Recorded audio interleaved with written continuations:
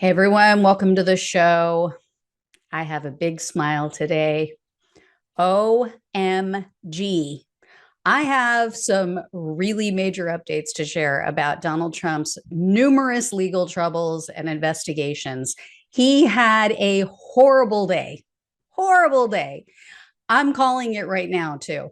I don't see any way that he avoids being charged with, at the very least, obstruction of justice.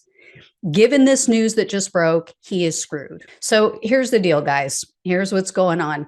After receiving a subpoena from the Department of Justice, this was in May of this year, the subpoena ordered Trump to return government documents. After getting that, Trump told his employees to move the boxes of classified documents. And this is not speculation or hearsay. A Mar-a-Lago employee who's been interviewed by the Justice Department numerous times admitted that Trump directed him or her to move the boxes. And this has been corroborated by security camera footage.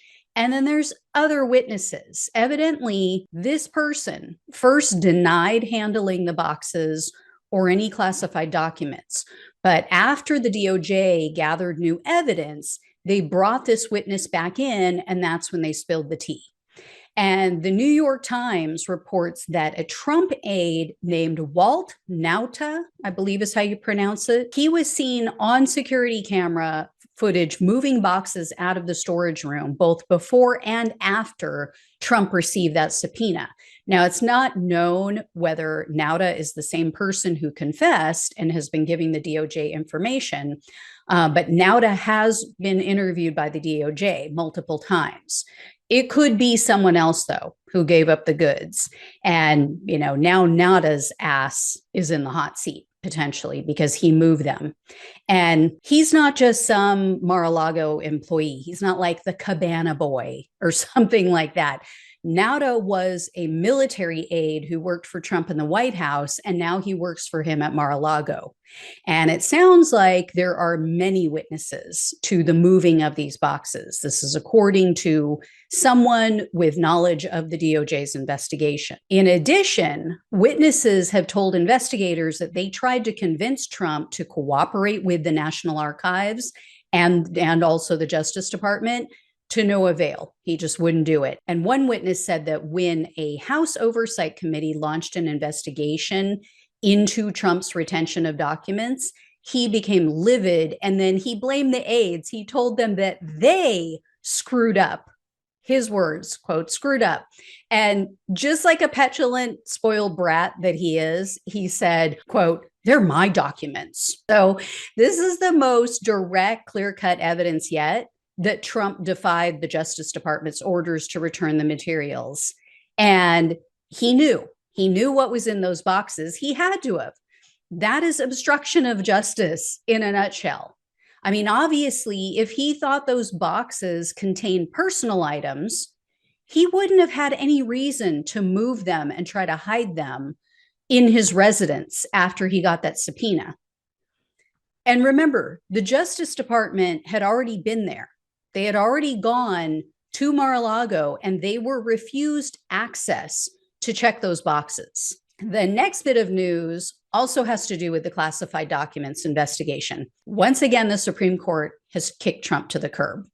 They're refusing to take up his case, asking for them to overturn the 11th Circuit appeal decision. I mentioned yesterday, Judge Eileen Cannon said, special master has to review everything. Classified documents, everything, before the DOJ can step in and review them and move on with their investigation. The 11th Circuit of Appeals said no, classified documents belong to the government. They can move ahead with those documents. They do not need to be reviewed by the special master. In fact, they shouldn't be because they're so highly classified. Trump then went to the Supreme Court and said, I want you to go back to what Judge Eileen Cannon said. I want you to overturn this 11th Circuit decision. The Supreme Court said, we're not getting involved. We're not going to do this. We don't even want to look at it. And check this out. It was unanimous. Not one Supreme Court justice was interested in taking up his case, not even Supreme Court Justice Thomas. Now, for even more bad news for Trump. Trump has been caught trying to evade consequences for his tax crimes in New York, and he's been caught also continuing to commit those crimes.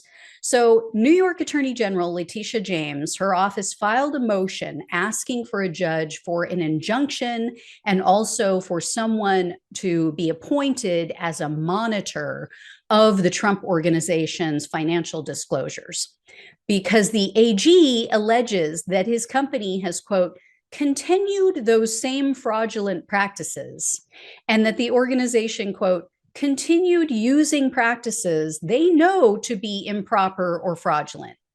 So this is after Attorney General James filed a lawsuit against the Trump organization. They kept criming, they kept committing the same crimes. And then the Attorney General's office also told the judge, quote, the Trump organization now appears to be taking steps to restructure its business to avoid existing responsibilities under New York law.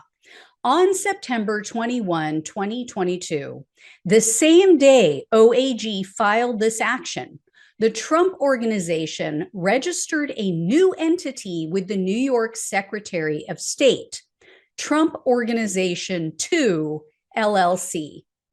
So Trump is literally setting up a new organization, a new LLC, and was probably likely planning to move all of the Trump organization assets over to this new company so that when Trump org loses in court, he can just claim, oh, well, the Trump organization is broke.